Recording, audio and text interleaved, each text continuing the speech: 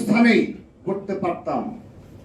আমাদের সকল প্রস্তুতি ছিল, আমাদের সেই ধরনের সাংগঠনিক প্রস্তুতি সম্পূর্ণ হয়েছে, কিন্তু আমরা কাটার পরিবর্তে ফুল দিলাম।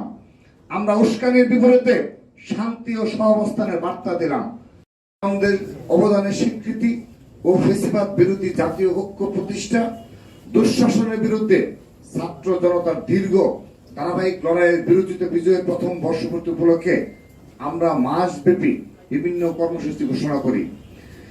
এই পূর্ব ঘোষিত ধারাবাহিক কর্মসূচিগুলোর মাঝে গুরুত্বপূর্ণ একটি কর্মসূচি ছিল 3 আগস্টে কেন্দ্রীয় শহীদ মিনারে ছাত্র সমাবেশ। জুন মাসে ঘোষিত এই কর্মসূচিটি পালনের জন্য আমরা 22 জুন 2025 ঢাকা বিশ্ববিদ্যালয়ের সম্মানিত প্রক্টর বরাবর লিখিত আবেদন করি।